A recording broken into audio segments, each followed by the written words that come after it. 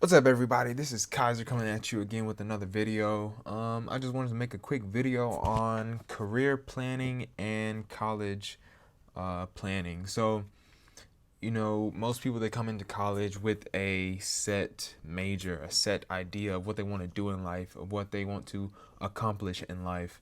But not everybody comes into college knowing what they want to do, right? Um, and those people who are undecided, it can be pretty stressful.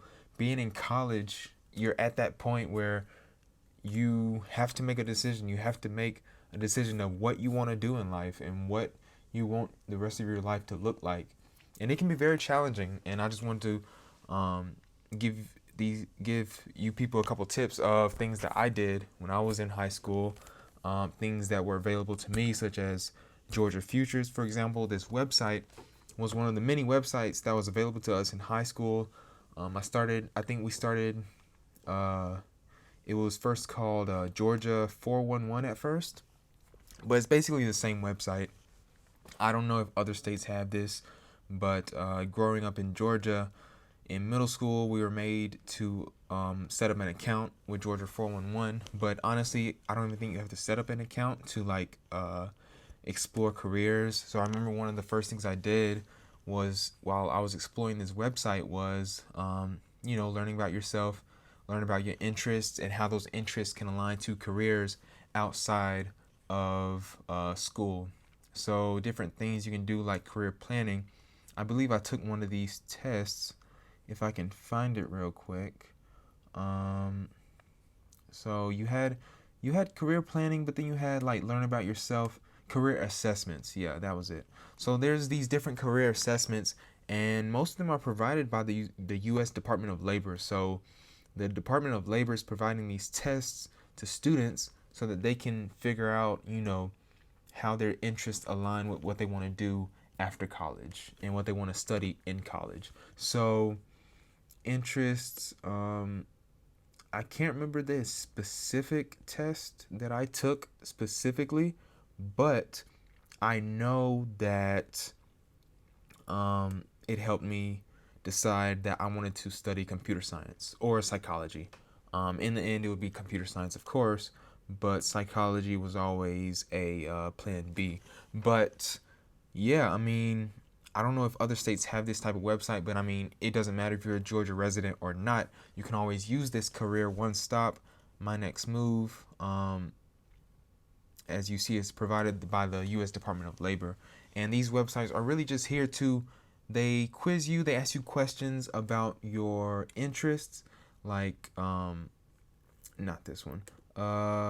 They ask you questions, yeah, about your interests, basically asking you, hey, what do you like to do? What do you dislike? What do you like? And those type of questions. It's a regular question. Is this the one I took? I don't think I took this one, but it was similar. It was very similar to this. So you go through, you answer different types of questions. Do you like to build kitchen cabinets? Maybe you're a hands-on person, right? Do you like to lay brick or tile? Maybe you don't know. Develop a new medicine. Would that be interesting to you? Maybe, sort of. Um, they ask you these different questions, and all these questions basically are asking you, what do you like to do? And they take those answers to those questions and basically tell you, hey, this is the type of person that you are. So if I were to, for example, um, I think I can put in put in results or something. Clear my results. Restart. Inner scores. So if I were to put in, I don't know, 10, 8, 7, 6, 5, 4, and in all these different categories of realistic, investigative, artistic, social, enterprise, and conventional, if I were to click next, so then you learn about, your profile. You had more realistic than anything else, so we can go to realistic. So then they say you like to work with plants and animals, you like working with real world materials like wood, tools, and machinery, and outside work. So things that you might be interested in doing would be probably something in the biomedical industry, or maybe just biology in general, um, or maybe working with your hands. So maybe, I don't know, carpentry, or an engineer working with machinery, or outside work. Basically, this is to help you find and narrow in your specific interests and how they align to future careers.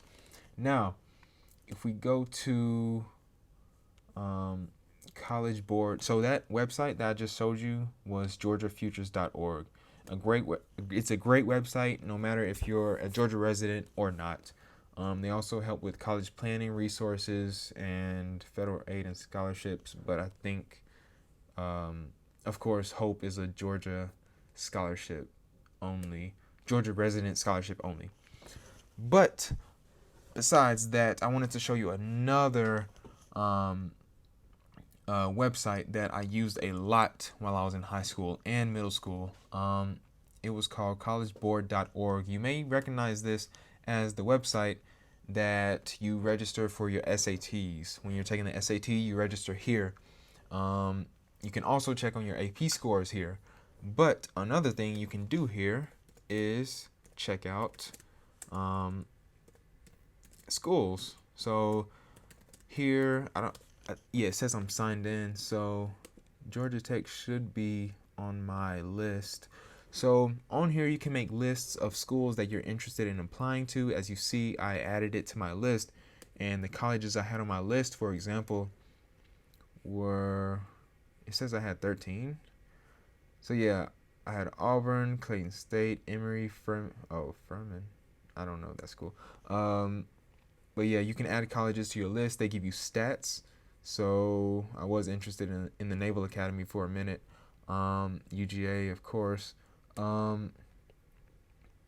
But yeah, they provide you stats of the school that you want to go to, or you're just researching. For example, they give you percentage of financial aid met, median SAT scores, and majors. So the most important stats that high schoolers may find out of this is the AP credit, first of all.